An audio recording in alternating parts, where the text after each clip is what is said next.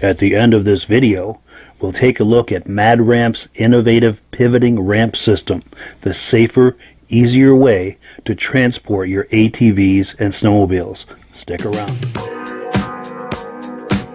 Before we get started, I'd like to give a quick shout out to some of our friends. The Eastern Snowmobile Racing Hall of Fame. Search for them on Facebook. Central Minnesota Pond Racing. Search for them on Facebook. The historic Lancaster Motel for the ultimate Eastern trail riding adventure. Crane's Snowmobile Museum at 172 Main Street in Lancaster, New Hampshire. The Vintage Snowmobile Club of America Quarterly Magazine. The Bridge Street Garage Racing Team, the house racing team of the Vintage Snowmobile Podcast. The New Hampshire Snowmobile Museum at Bear Brook State Park in Allenstown, New Hampshire. And lastly, if you decide to advertise with the Vintage Snowmobile Podcast, this could be your advertising message.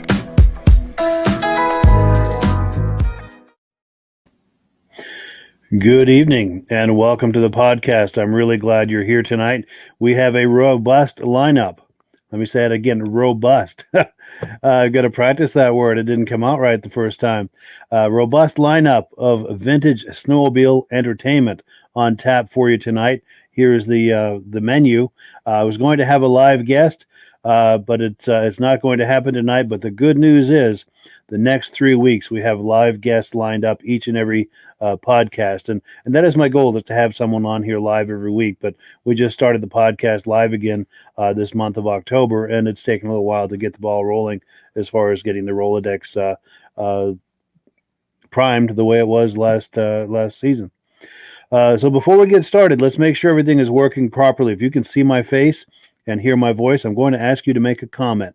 Let me know where you're viewing this from and whether or not you're a first-time viewer or a regular viewer. Now, if you're a first-time viewer, thank you so much for stopping by to check us out. I hope you enjoy this and decide to join us here each and every Thursday night at 9 p.m. Eastern Time. And to our regular viewers, thank you so much for coming here every week and spending time with us. We really appreciate it, and we could not do it without you. So let's get right into some comments, see what people are saying, see what the word is on the street here. Perry Kebnitz, regular viewer from Pembina, North Dakota. Thank you for coming on, Perry. We appreciate it. Deborah Kais says hello to Diane Baker. Thanks for coming on, Deborah. Christopher Cox saying hello to Michael Giesler. I'm not sure how that's pronounced. But thank you, Chris, for coming on. We really appreciate it. Diane Baker saying hello to Deb Kais. Good deal. People are saying hello back and forth. This is wonderful. Jim Layton, our good friend Jim Layton, is here again. He's going to be on here live on November 4th, and we can't wait to see what he's got to show us. He was on live twice last season. He had some really interesting things to show us each time, and he said he's got some new and improved things he wants to show us. Cannot wait to make that happen. So be sure to tune in here November 4th, as well as the next couple of weeks as well. We've got other things coming, other live guests coming on next week, as well as on November 11th. Gary J. Lipka says hello to Chad Warren. Our good friend John Spranger Jr., regular viewer from Eland, Wisconsin. We've got Les Beck, Let It Snow. We've got Tony Alfrenes saying hello from Minnesota. Dennis Chemnitz from Warren, Minnesota. We've got Doug Stewart. Used to have a Yamaha GPX 338cc free air. That thing would hit 80 in a heartbeat, and that was in 1972. That would have been a great time, especially out on a lake. Glenn Ford from Vernon Center, New York. Thanks for coming on. Sam Farringer, Gettysburg, Pennsylvania, regular viewer. Thank you so much for coming on. We'll just do a couple more here and we'll get right into the programming. Our good friend Brian Robillard from Putnam, Connecticut. Brian was the first person to come on this podcast live. He will always have the distinction, and I will always give him a shout out to that effect every time we see his name pop up here. And so thank you for coming on, Brian. We really appreciate it, and we look forward to having you on later in the season as well. This is the last comment before we get into the programming. Brian Van Haverbeek says, good evening, and thank you, Brian. We truly appreciate it. Let's get back into the menu here. What's on tonight? We've got my good friend Bud Gordon, and he has a 1974 Sno Jet Thunderjet, and this was at a vintage snowmobile show that I put on back in 2018 here in the thriving metropolis of Derby Line, Vermont, and he is one of the exhibitors that came. When we get this queued up, we'll take a look at his Thunderjet. Okay, this is a 1974 Sno Jet Thunderjet. It's a 340 model, but it's got a 440 modified engine in it. This sled I bought back in 1985, and I used to drag race it in Northwood, New Hampshire for years, up through the early 90s. Like I said, I've owned it for quite a few years. I've had a lot of fun with it drag racing. It's been a very competitive sled. I'm going to hold on to this one probably forever. You just don't find a lot of these around. And in 1989, I won a Mod Stock 3 championship with this sled. It's had about 3 different engines in it over the years. Basically, I just show it and take it out to have fun with on the ice now and then. And, good running sled. Yeah, so that's my good friend Bud Gordon. And by the way, he put on an excellent Vintage Snowmobile show last weekend down in Goffstown, New Hampshire. I normally go to that every year, but this year I had a conflict, so unfortunately I was not able to make it, but I was in touch with him earlier today. He said the show went really well, and I encourage you to put that on your calendar. He has a really nice show down there in Goffstown, New Hampshire, every mid-October. Very much a show worth checking out if you're in the area. It's just outside of Manchester, New Hampshire. So let's see what else we've got lined up here. We've got some footage from Jerrald Stewart, and this is from the Cohocton, New York Vintage Snowmobile show a few years ago. And this is footage that he sent me a few years ago for another project that I was working on. And I've got a bit of a dilemma here with the podcast with this interface that I'm using. Right now, I have to limit each video to 5 minutes. I can play a longer video, but it chokes. So you probably saw a couple of weeks ago where I tried to play a couple of videos, and the videos were locking up and choking. So longer than 5 minutes, I break it up with video editing, and we watch it in parts, which leads me to the setup here for this footage at the Cohocton Vintage Snowmobile Show. This is part 1 of 2. Part 2 will be a little later in the evening. We'll take a look at part 2 a little later. But here's part 2, looking at Jerrald Stewart's footage from the Cohocton, New York Vintage Snowmobile Show a few years ago. Hello and welcome to the Fall Classic Antique and Vintage Snowmobile Show at the Cohocton Fall Foliage Festival in Cohocton, New York. Here's just a sample of what they have here in store for the people to see, and people have brought out. This is an original boa ski snowmobile. As you can see, it's built in 1974, owned by Tim Rosenberg.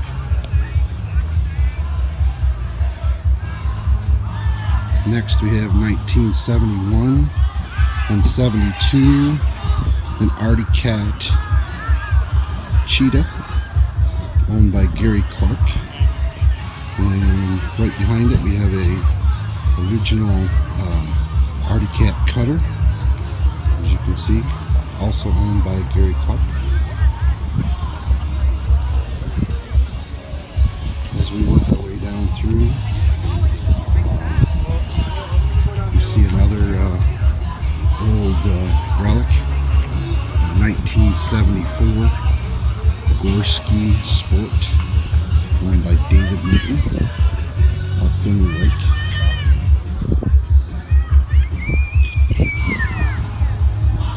Also by David Newton, an Artie Cat 1966 snowmobile, very nice shape.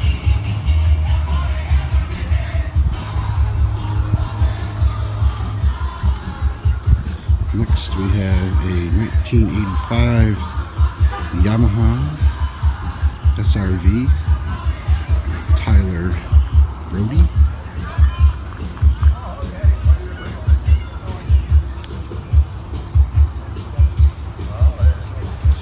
We have a John Deere 1978, owned by Dalton Hunt. Liquid fire. Also, a 340 1976 John Deere.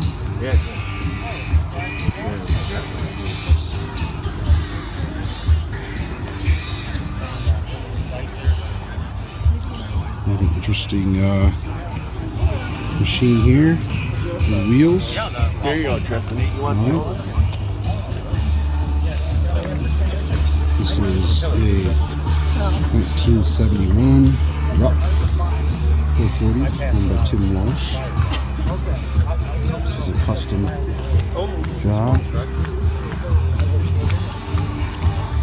And we have a 1971 Ski-Doo TNT, Tim Walsh.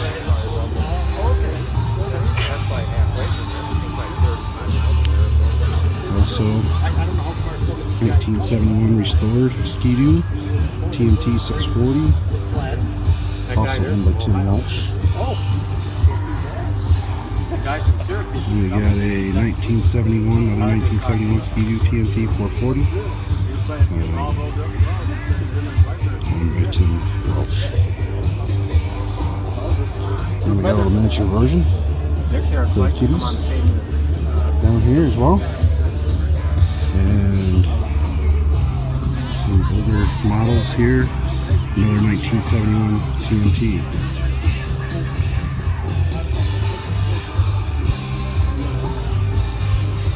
Moving on, we see a really nice 1972 Polaris Starfire racer, Jeff Barnett.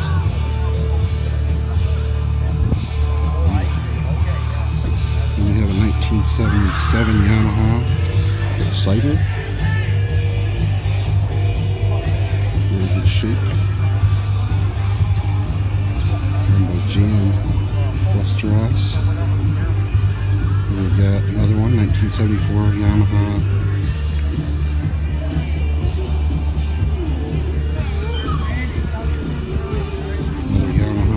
here, 1973.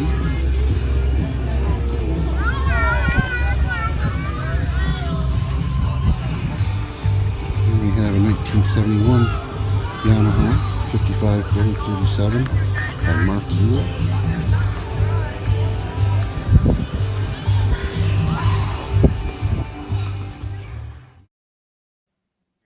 So there you go. That was some nice footage sent to us by Jerrald Stewart, and I thank him so much for doing that. And that was at a vintage snowmobile show in Cohocton, New York, a few years ago. Now, I would like to encourage you, if you're going to vintage snowmobile shows, races, any kind of vintage snowmobile event, to please take out your cell phone and take some footage. We put it here on the podcast for all of us to enjoy. All you have to do is take your cell phone and hold it horizontally like this for a wide shot. It's very difficult for me to work with vertical footage like this. It's very difficult to edit that, so please hold it like this. And there's a few ways you can do it. As you saw what Jerrald was doing, he was walking around with the camera and talking up the sleds that he was looking at. Another option is to approach some of the exhibitors, ask them if they feel like talking up their sleds. You've seen a lot of the footage that I do where I go to shows and do that. And of course, not everyone's comfortable doing that. I totally get that, and I'm certainly not going to press anyone to do that if they're not comfortable with it. And let's say, for instance, you are not comfortable with doing that. Another thing is just to walk around and get some footage of the sleds. Walk around and just with the camera horizontally like this, get some footage of the sleds. Send it to me. I'll put some music under it. And if it's in sections or if there's parts that you have to set the camera down for a second, I can edit all that stuff out. I can put music under it, put graphics with your name, as you saw there, with Jerrald Stewart's name on there and the name of the show. I'll put that up. Make sure you get full credit for it, and please send it to me for all of us to enjoy. I don't know about you, but I love going to shows, taking that footage, and I also love looking at footage other people have done, especially shows that are not in this area that I can't really travel to realistically. It's really neat to see what people are doing in this vintage hobby and all of the different shows that are everywhere.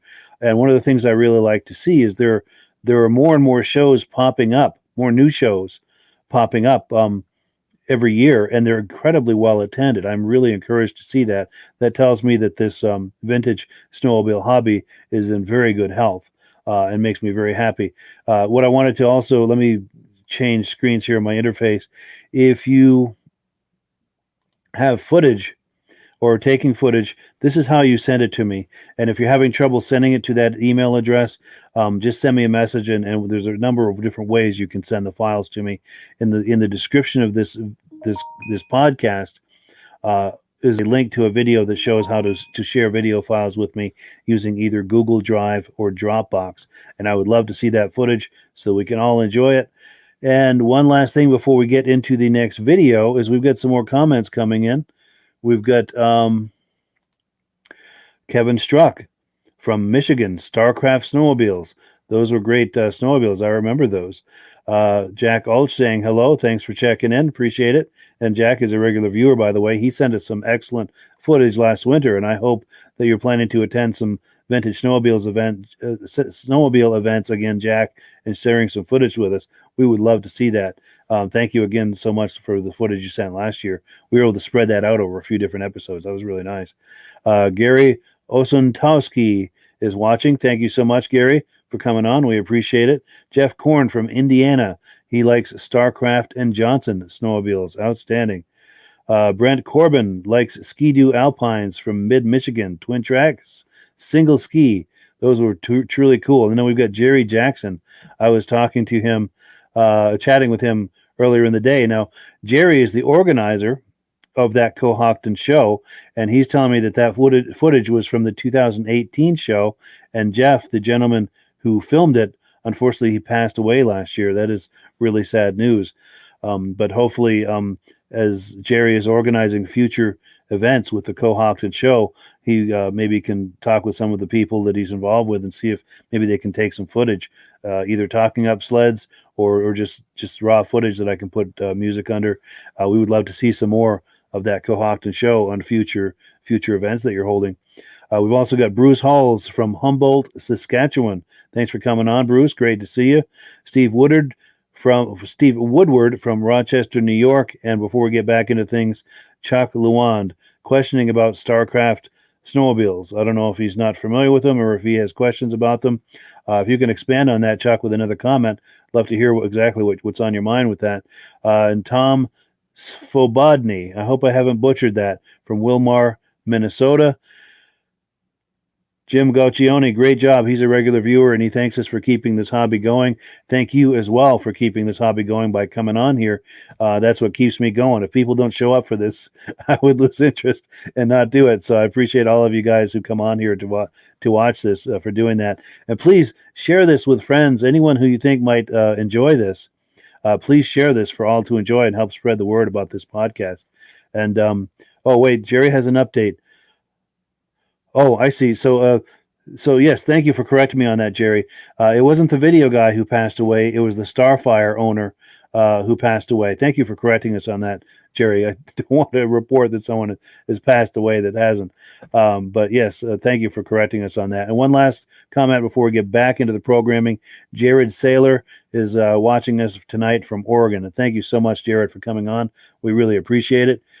Get back into the program here. The menu says that the next video we're going to watch is my friend Ray Parenteau showing me his custom 1977 Rupp Magnum 440. I was up at his place just last month, and we filmed a number of his sleds. This is one of the sleds we filmed, and this is an example. I said that my minimum length that I can go with a video is 5 minutes, so I've had to break this footage down into 2 sections. It's going to be part 1 and part 2. There'll be a slight break in the middle of this video, but let's take a look at Ray Parenteau's incredible Rupp. You're really going to like this. So what we have here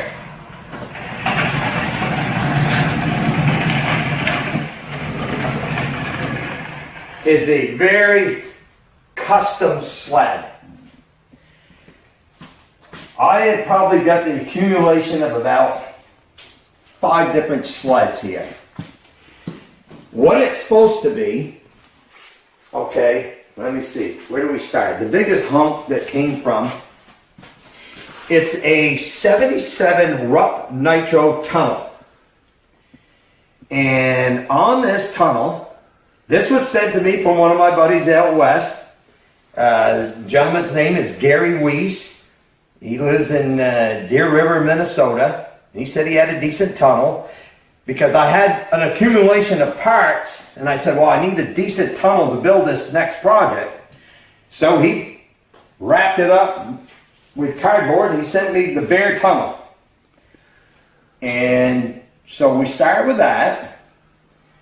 Then I had the skid underneath, came from another sled.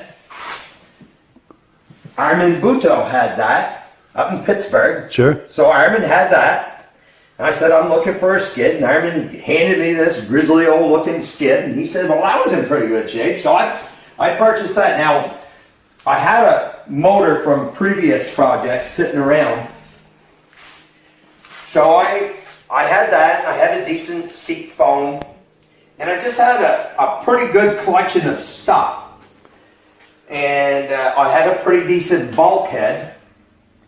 So what I wanted to do is I wanted to build a nitro, which would be a rubber track, long versus the Magnum that I have, decent trail riding. So what I got in the end was this. So let me, now this doesn't have hinges and it doesn't have a bumper because I wanted the Magnum look. As you can see, the decals, the paint, nothing really matches here. I mean, it's painted like a 76, but I added the striping here and I kind of manipulated the Magnum decals to make it look the way I wanted it to look.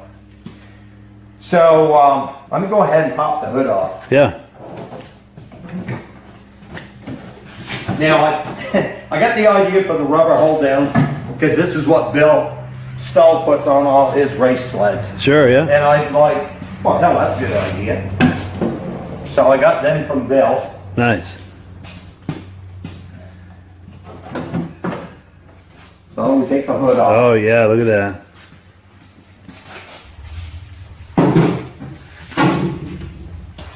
So I had this engine off from 2 other sleds that I had bought piece parted out and so on. So where this motor came from, the odometer said that it had 5,700 miles on it. So in my opinion, I said, wow, it's got 5,700 miles on it. You got to know it's got some time on it. I said, I think I'm just going to go ahead and have crank bearings put in it. So,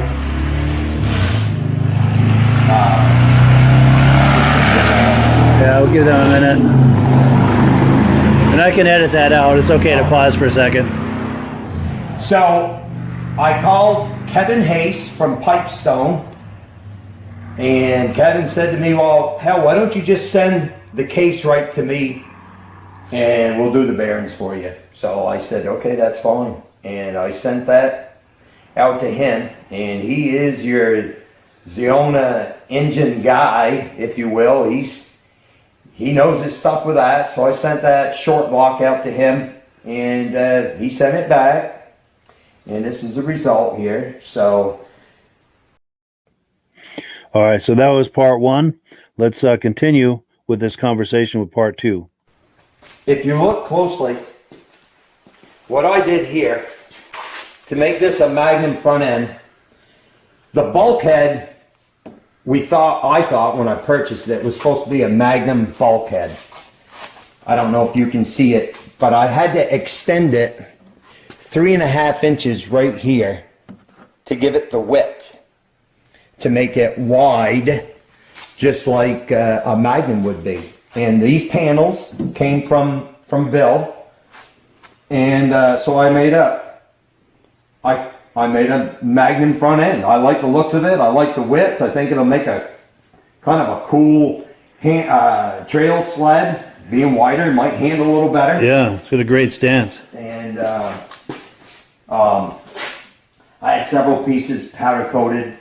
My buddies down, Martin Bristol down there, the performance powder coating. They did the exhaust. They did the shield. What else did they do? I guess that's all they did on this one. And yeah, they're good guys for that. Yeah. So on this sled, I asked Kevin when I was building the motor, I said, okay, if I'm going to have a trail sled on a nitro, it's supposed to have that liquid cooled bumper like those sleds do. If you notice, those sleds have got that helps for cooling for trail riding. And he said to me, I've got a cure for that. And I said, well, I'm on the phone with him. I'm chatting. I said, so what are we talking about? He said, I've got a better radiator. So on a Rupp, this is your radiator in here. You can see inside there. So what I put it's an aluminum radiator. It's got an extra core in it. So that'll help with the cooling. And he said, it was my understanding that obviously we don't have any snow yet, but that's what I put in it. I've had this thing running, idling, carrying on, and I can't get it to just sitting in my garage. It keeps cool perfectly right there. And he said that is the same radiator they use when they do their dyno testing. Nice. So I'm pretty confident that won't be a problem. Yeah.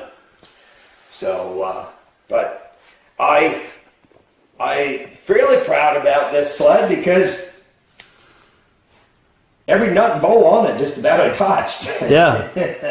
It was literally a bare tunnel when we started, and it was just all accumulation of all the parts and pieces, and it came out pretty good. Yeah, it's sharp. That's amazing. Yeah. Let me get this angle here.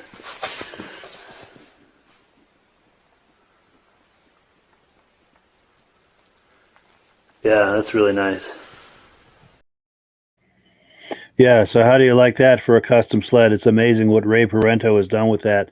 And like I said, I was up there last month visiting him up at his place, filming these sleds. As you saw, he's got a nice collection there. And we were filming for a few hours, and we ran out of time before we could film on each and every one of those sleds. So at some point I want to go up there again and finish what we started. And I've still got a couple of more sleds that he talked up, that we'll have on future episodes of the podcast. But yeah, I do plan on going up there again and doing some filming with him.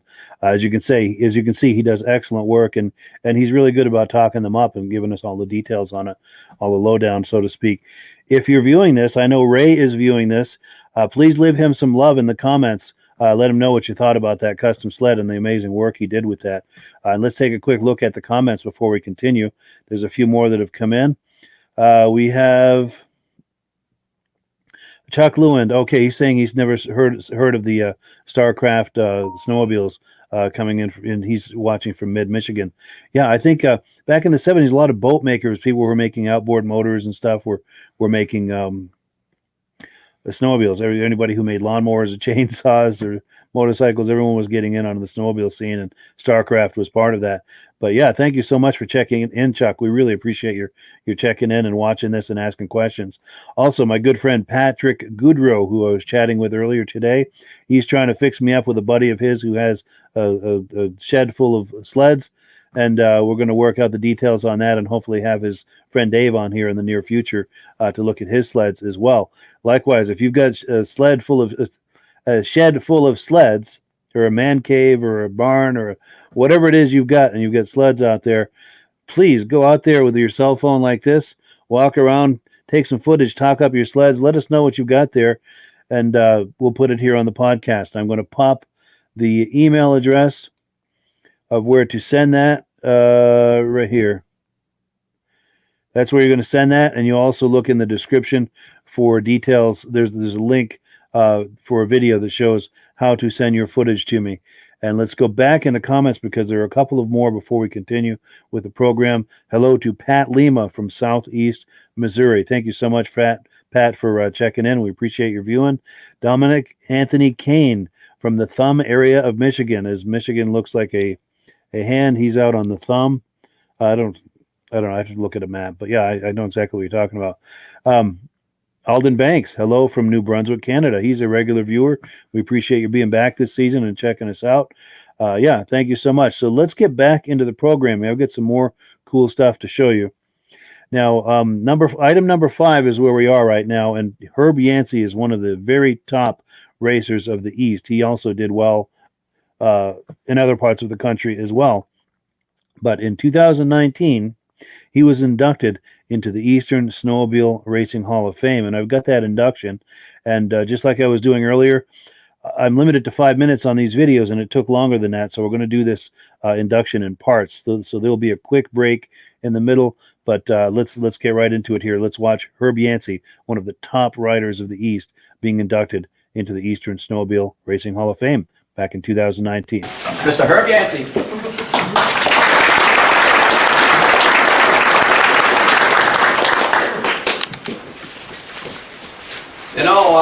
Every Hall of Fame has to have, the rest of them, they all deserve to be in the Hall of Fame big time. Everybody here deserves to be in the Hall of Fame, but, the Music Hall of Fame has Elvis Presley. The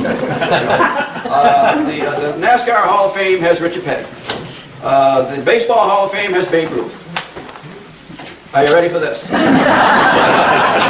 Herb Yancy, inducted into the Eastern Snowmobile Racing Hall of Fame, 2019.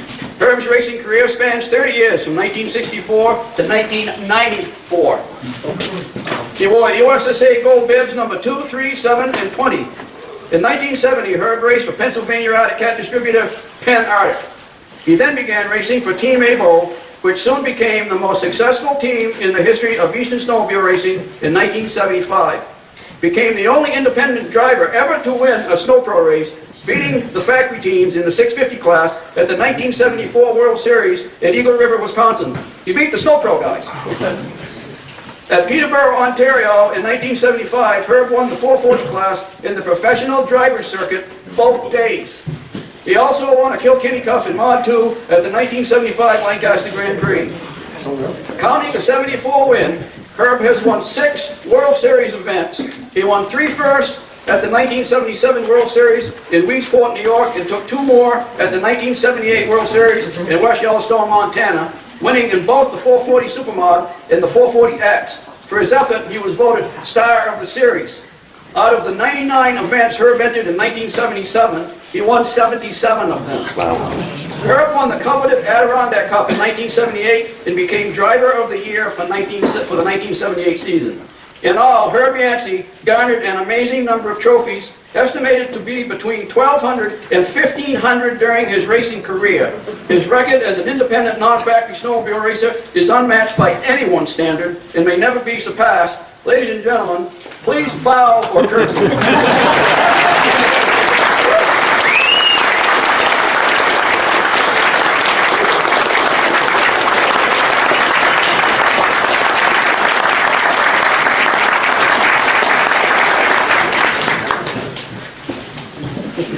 Well, I want to start off with saying that it's snowmobile racing has always been a big part of my life. It was probably the number one thing that I ever wanted to do from the time I was about 14 years old and rode on my first snowmobile. And it had a long and diverse road that I followed. And I don't know quite what to say other than I just appreciate all the support that I had over the years. And I can't begin to thank everybody, but I'm going to try. I was just a farm kid that didn't have much, but I knew that I wanted to go fast. I just loved the speed that I could obtain on anything that I ever was aboard. And the local dealer, our cat dealer, Dick Rennie from Casterland, New York, knew that I liked snowmobiles and I was pretty good at it, so he offered me a ride the first year. And he didn't have anybody to ride the big sleds, and he knew I liked speed. So he put me on a 634 Puma right out of the gate, and I went to a race. I come over to Lee, Massachusetts, and we went to a race, and we did pretty good, but it wasn't on top of the field, because there was a lot of tough competition over here. And then I think the next weekend, we went to the New York State Fairgrounds, and all the factories were there. And I found out at that point that I had some talent and I had some ability to compete with the big boys. I remember Jovan Duhamel, I raced it.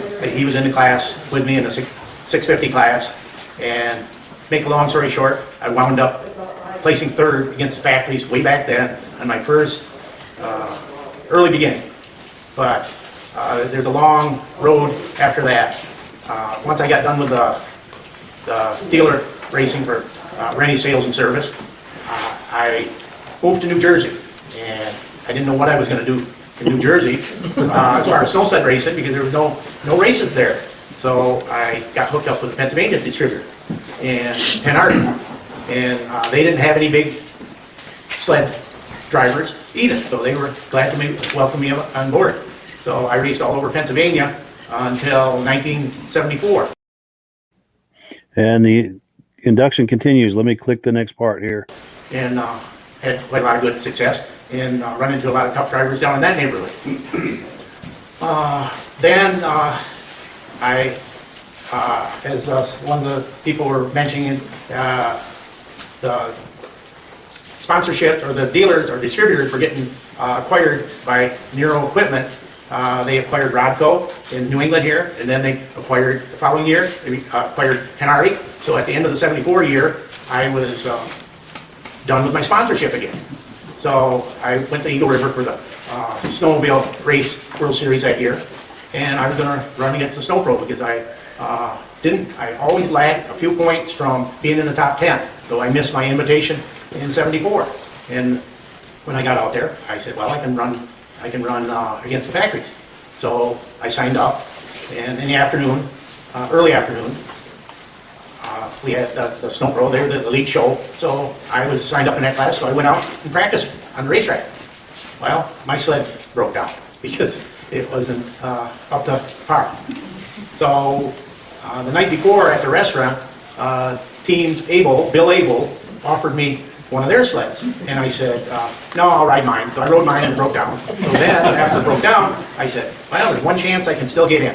So I run over to Team Abel's bus, and I said, is that sled available? And they said, sure, but we're busy with Ron Hall's sled because he's our main concern. And I said, well, I understand, so I will work at it and see if I can get it put together. They had it all pieced out, routed parts for this and that, and they said, we brought it along, we weren't going to run it, but it's here. You can take it. So I got it all put together, and by the way, it was Chip Elwood's sled. It was freshly put together because he didn't get it put together early in the season, so it was all fresh. And it was I took it into the pit. In them days, they used to lock the pit gates. Once you went in, you couldn't go back out to get a part or spark plug or anything. So you had to take everything you needed into the locked pit. And by then, Ronnie was done with his class, so all Team Abel's mechanics jumped right on the sled, and we finished putting it together in the pits. And so the first time that I rode that sled was when I pulled on the line in the heat race with all the factory drivers. And never sat on it before, but it was such a well-prepared sled that I went out there and I placed third. It was enough to turn over into the semi. And I said, if we can get this sled tuned up just a little bit more, I said, I think I can really place in this race. And it was so much better than my sled that I just was just like I was tuned for it. I took it into the corners so hard that everyone thought I was going to crash every lap going in, and I would slide right up to the wall within a foot of the wall and then charge back down through. And I remember the race quite vividly. Charlie Lofton was ahead of me. I got out in the feature just about third, and then picked them off one by one. By about the sixth lap, I was ready to go into the lead. And I took the lead, and I said, well, Charlie Lofton was who I was dueling with. He pulled back by me. And then the next lap, I went by him again, and then I never seen him again. I said, I wonder what happened. Well, I don't know. I guess something gave out on the sled. But then I was out front all by myself and won the race. So that was one of the highlights of my career, is beating the factory with the big machine against those seasoned drivers and all the budget they had, and that was just, I can't say how much that was a highlight. And so then the rest, I got invited to join Team Abel for the coming seasons, and that's when my career really took off. And I had mechanics helping me. It wasn't a one-man show anymore, and we had good support.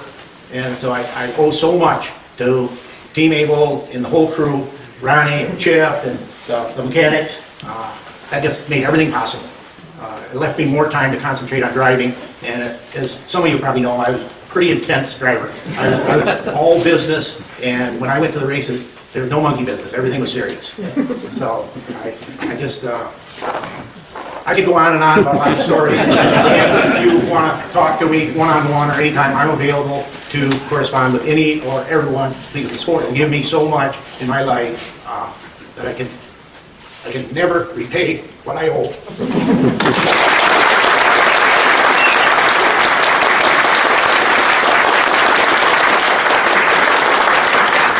They don't call him the giant killer for nothing. Giant killer indeed. Yes, sir. Now, I messaged Herb earlier today to let him know that his induction was going to be on, so I hope that he's viewing this. So assuming that he is, please, in the comments, leave him some love. Please congratulate him and leave some compliments for him. And one last thing before we're finished with Herb Yancy.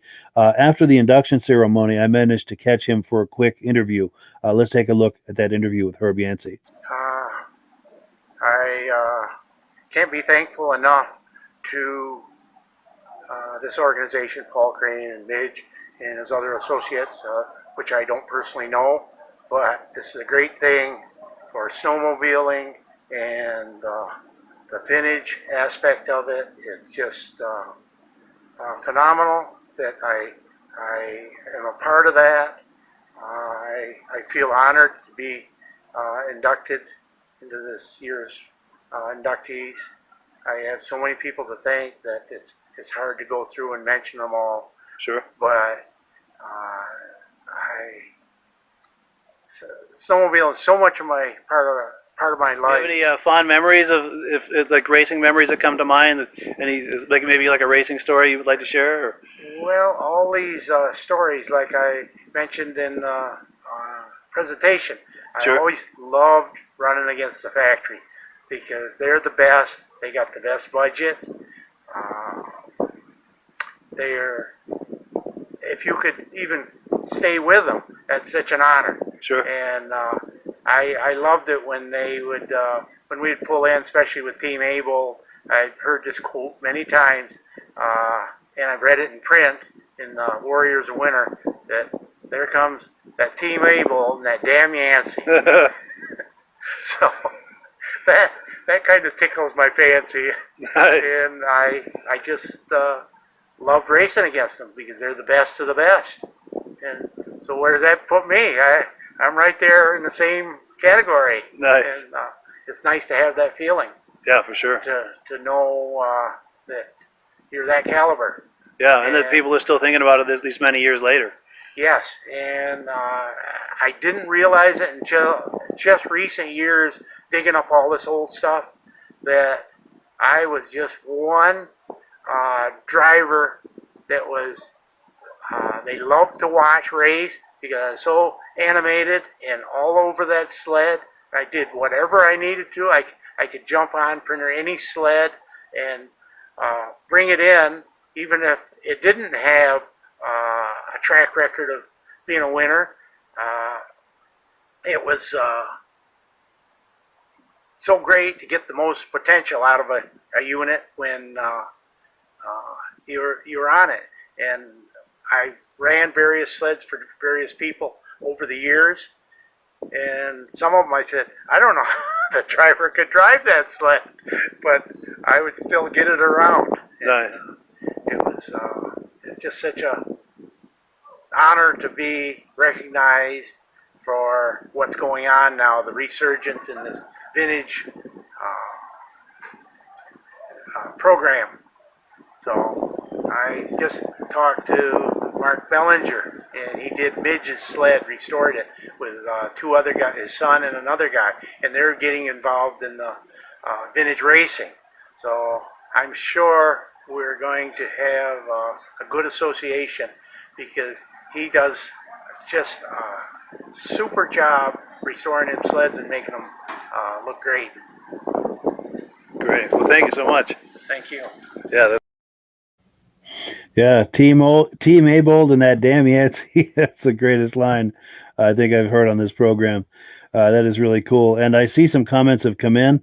I'm going to check on those in a moment. I'm hoping that they're comments to compliment Herb, as well as on Ray Parenteau's Rupp we were looking at a few minutes ago. But before we get to that, I want to cordially invite you to join us next September. Pardon me, next September 10th. For the next induction ceremony of the Eastern Snowmobile Racing Hall of Fame. It's going to be at Crane's Snowmobile Museum in Lancaster, New Hampshire at 172 Main Street. Now, the ceremony begins at 1:30 p.m., but I like to tell people to arrive at 1 for several reasons. Number one, you're bringing lawn chairs. You're bringing your own chairs. That gives you time to scope out a good spot for your lawn chair. And then once that's set up, you've got time to go into the museum, Crane Snowmobile Museum. There's over 100 snowmobiles in there.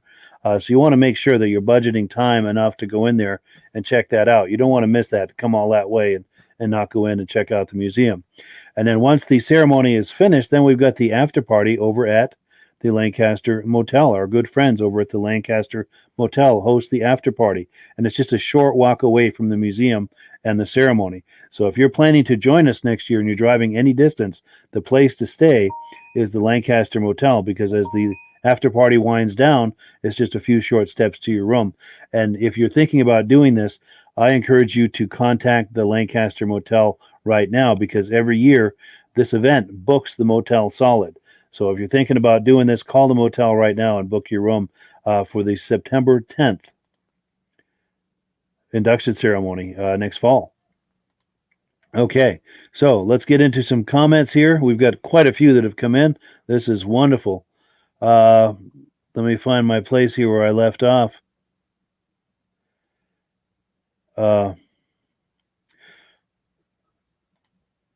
Here it is, right? Okay, oh no, Alden Banks, yeah. From New Brunswick, Canada. I think we've done that one. Terry Hoogstra from Hensall, Ontario. Rob and Terry, thanks for checking in. We really appreciate it. Also, my buddy Armand Buteau, who I saw just a couple of weeks ago at that Bethlehem, New Hampshire show. Greetings from Pittsburgh, New Hampshire. Now, Ray Parenteau was talking about Armand as having sold him some parts to that Rupp, and says he enjoys seeing Ray Parenteau's collection and the story of evolution of the Magnum. Now, John Spranger Jr. likes the Rupp, says excellent job fabricating. Absolutely. Jacques Lewin says crazy fast. I bet that he's talking about what that Rupp would do on the snow. Jared Saylor says there were more than 100 different snowmobile manufacturers in the 70s. Absolutely. Almost too many to keep track of. Absolutely. It was a wonderful time, I'll tell you that. If anyone who was there, any of us who were there have wonderful memories of that, seeing all the different brands. And you just look out on any snow-covered field in the early 70s, and they were just crawling with snowmobiles. It was wonderful. Bill Lutz says, congratulations to Herb Yancy. Thank you for checking in, Bill. We've got Chuck Lewin says, I thought there were 16 manufacturers. Can someone list them sometime soon on the website? I can do better than that. There is a book, and it's out of my reach. I'm all strapped in here with the headphones and the cables and the lights and everything.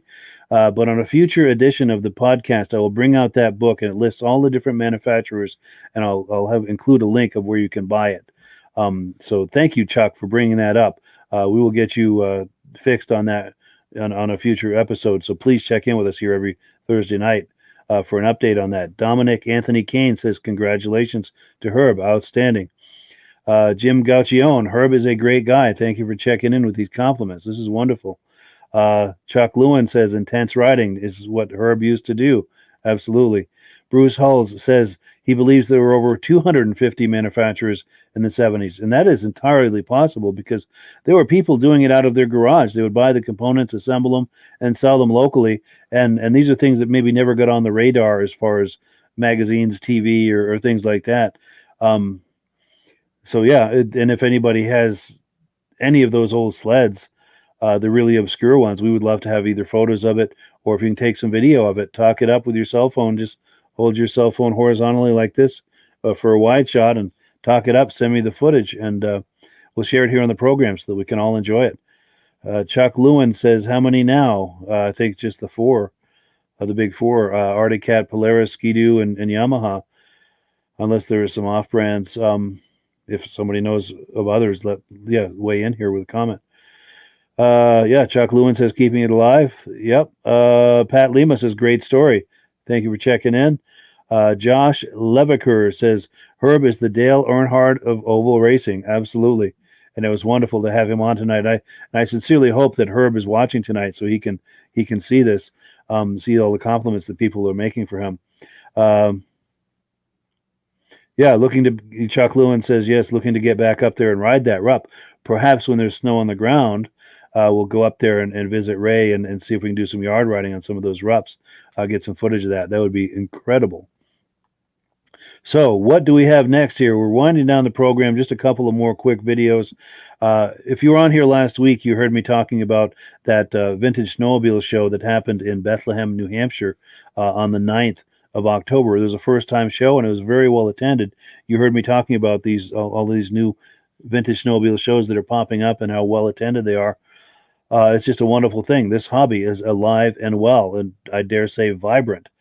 Now, Donald Tibbetts is a friend of mine. I've been running into him at shows for years, and I ran into him at this past show, and we get into a conversation as we always do. We always have a nice visit. He's a really good friend of mine, and he had some sleds there that day. He has original sleds. He's what's the word I'm looking for? Modified and restored sleds are wonderful, but he really likes to find the original gems, and he has a building full of them. He brought two of them to the show. Let's take a look. Hi, I'm Don Tibbett from Lunenburg, and I have a dozen old unrestored sleds, and here's two of them here today. These are both original. 78 Kawasaki SS440, a liquid.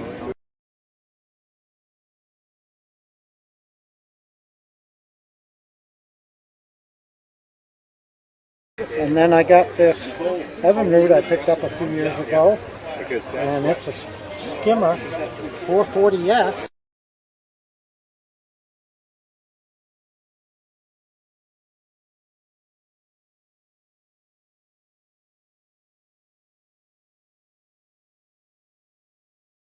Yeah, they got red. Yeah, he had that fire down there. I decided to bring these two today because they look pretty good. And it's nice to come to these shows because I get a lot of information. I see a lot of familiar faces and get to talk to a lot of people I've met through vintage snowmobile shows. So anyway, I enjoy old sleds. And, but I'm getting on in years now, and every year it seems like the sleds get heavier. That's true, isn't it? Yeah. It's harder to move them around. But at the show, you can always get some help. Yes. So that works out. So anyway, enjoyed talking with you. Well, cool. Well, thank you, Don. Good to see you. You're welcome. Yeah, so he goes to a lot of the shows in Vermont and New Hampshire. And if you are going to vintage snowmobile shows in Vermont and New Hampshire, keep an eye out for him. He has a wonderful collection, and he brings different sleds to different shows, which is cool. So he kind of mixes it up, and it's wonderful for someone like myself because every time I go to film with him and interview with him, he's got something different.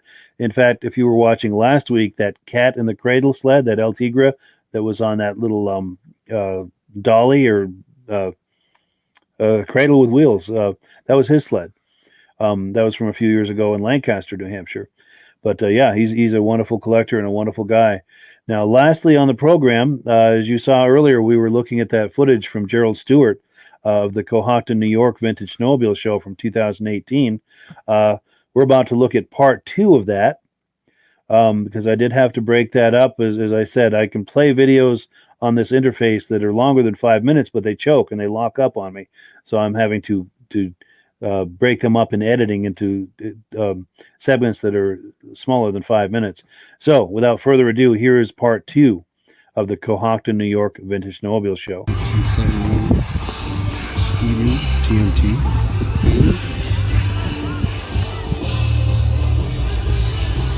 1973 Ski-Doo.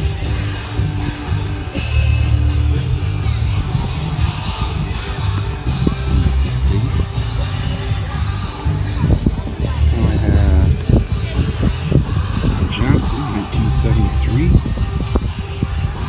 owned by Rupp Magnum. Beautiful shape, golden ghost. And we had John Deere, 1974, 600. Alright guys, giving a shout out to some of our sponsors. We've got Mikey's Gas Mart, Twin Peaks Technology, Evans and Farm, Brett Robert, Another cutter back here, 1972. and a few more organ of beef. Lincoln Bagley cutter. We're still pulling out for prizes. We're still pulling out for prizes. Fire. Oops.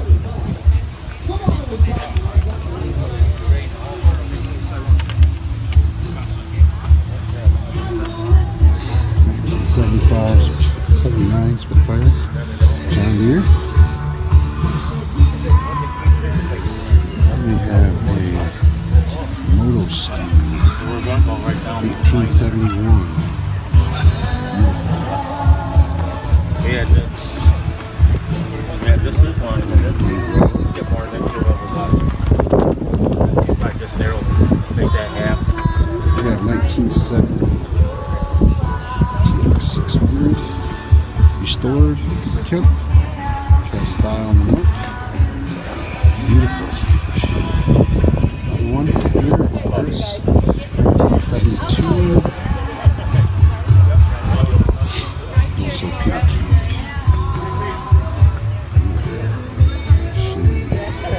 And we have an Autobogan, 1965, and restored, beautiful.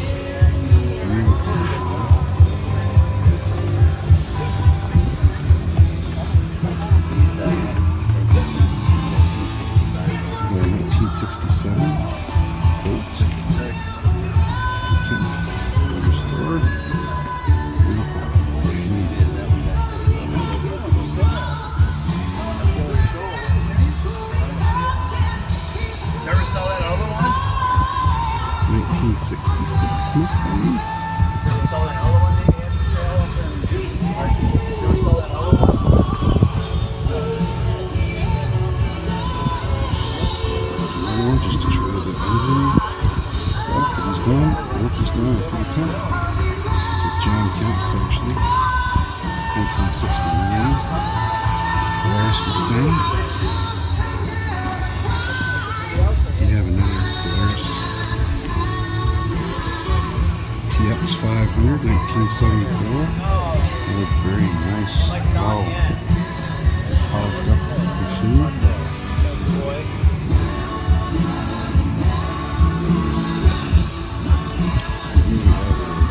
1974 Art Cat Panther on your favorite brother.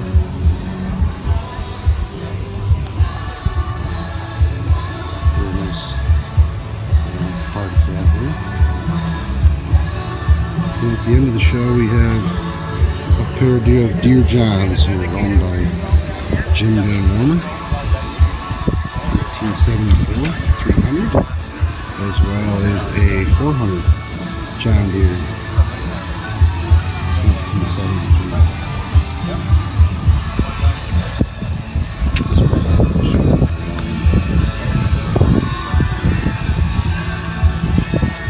Thank you for these folks for coming out today and showing us these old relics that they've recreated and cleaned up. Thank you. Yeah, so how cool was that? Thank you so much to Jerrald Stewart for that footage from the 2018 Cohocton Vintage Snowmobile show in New York State. And I encourage you so much, I encourage you strongly, I think that's the word I'm looking for, if you are attending vintage snowmobile shows, races, any kind of events involving vintage snowmobile shows, whip out your cell phone like this and take some footage for me. Make sure to hold it horizontally like that for a wide shot. It's very difficult for me to work in editing with vertical footage. So I do ask you, if you're taking footage, to do it horizontally like that. And there's a few ways you can do it. As I mentioned earlier, you can talk it up as you're walking around like Jerrald did. It's a wonderful way to do it. You can approach people like I do and ask them if you can interview them about their snowmobile and get them to talk up the snowmobile.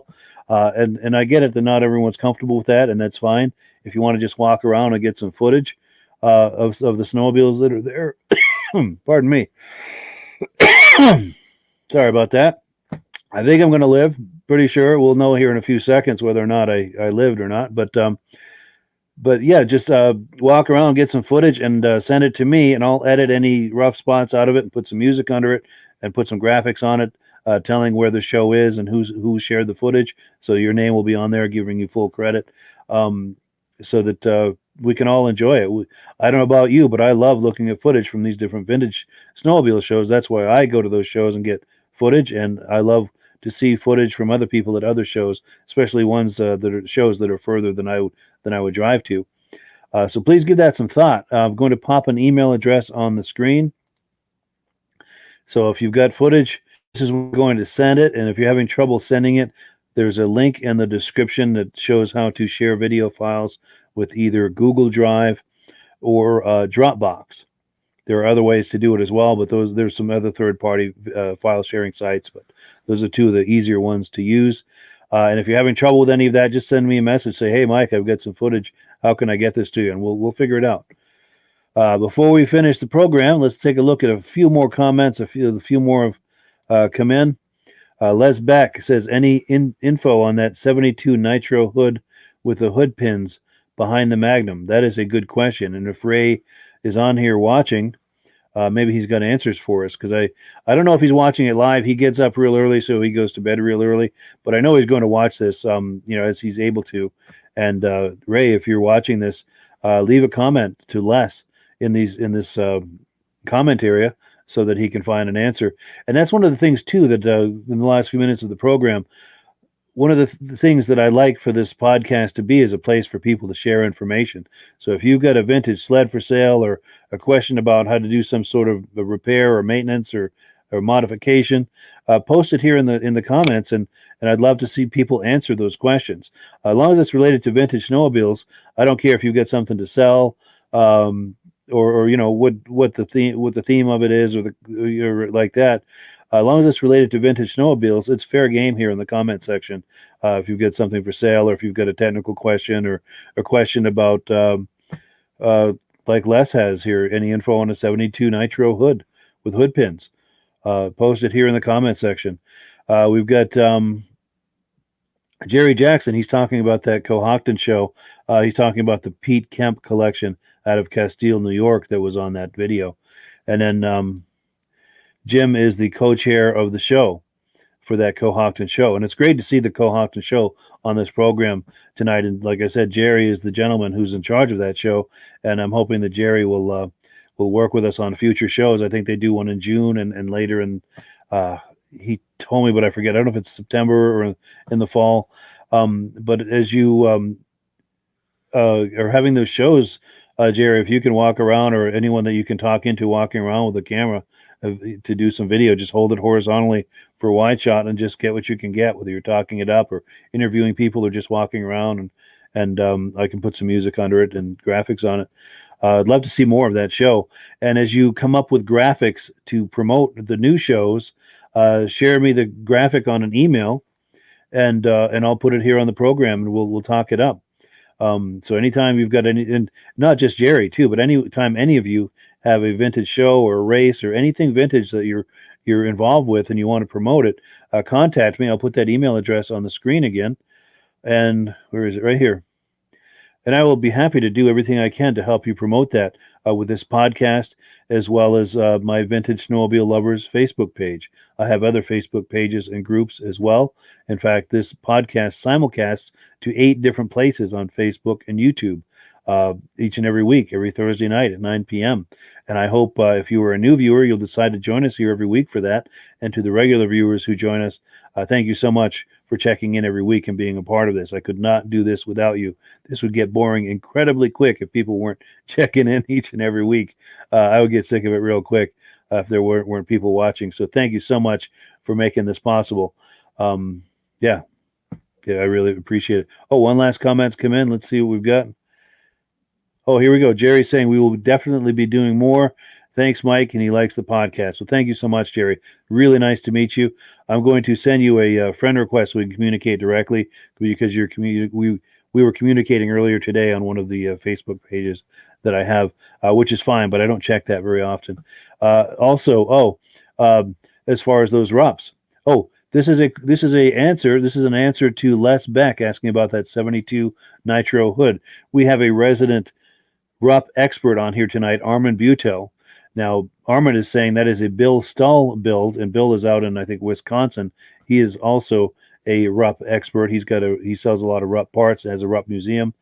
It's a Bill Stahl build with a widened bulkhead, a 73 440cc fanner, 72 Nitro Ram's Horn exhaust, Magnum type track and skid, and it's a beautiful build. Wow, that is a wealth of information, Armand, and we appreciate you coming on with that. This is what I like to see. This was my hope with this podcast, is to have this kind of communication and sharing of information in the vintage snowmobile space. This is a place where people can come and ask questions and find answers and just get to know each other. This is wonderful to see this coming together like that. A couple of more quick comments. Carl and Carrie Iskey says, thank you. Great show. You're very welcome, and I appreciate your coming on. And we've got Mike McAlargy. I hope I'm pronouncing that correctly. Mike has plenty of Kawasaki Invader parts here in Caseville, Michigan. He calls himself Mike Mack, and I remember you being on last year when we had with the Ski-Doo tanks. I'm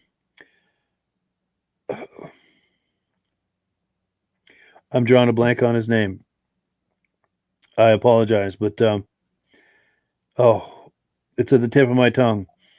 But Joe Roscoe.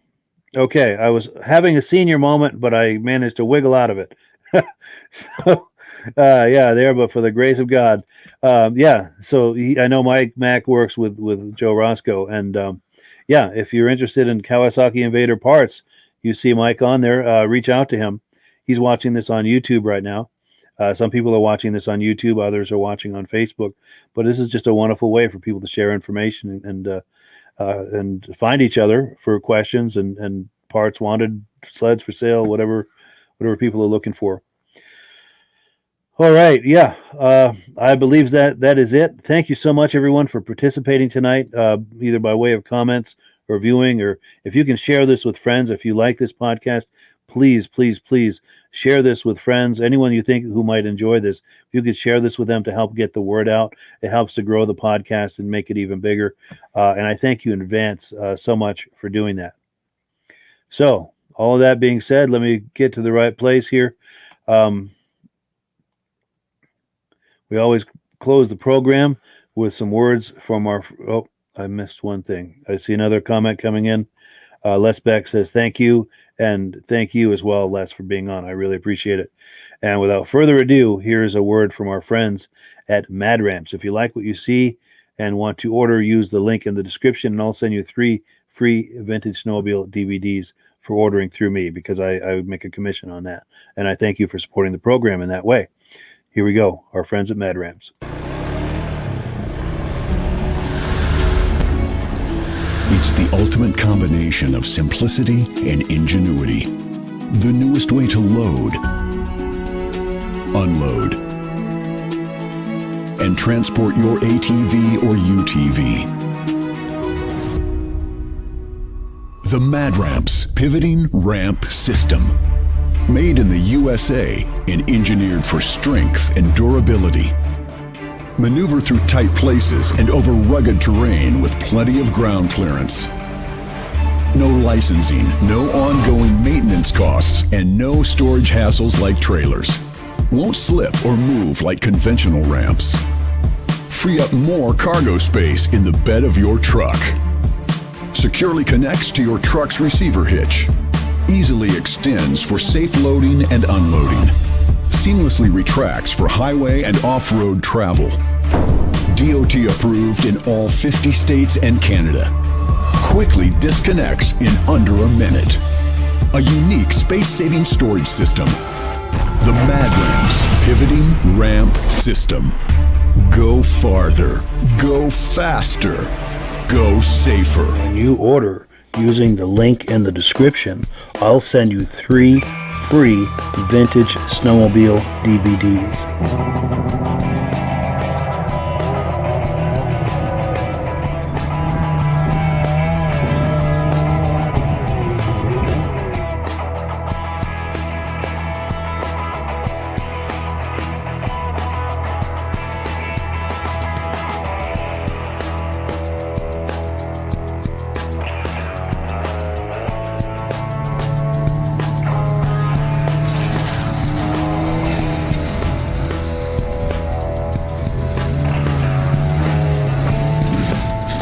When you order using the link in the description, I'll send you 3 free Vintage Snowmobile DVDs.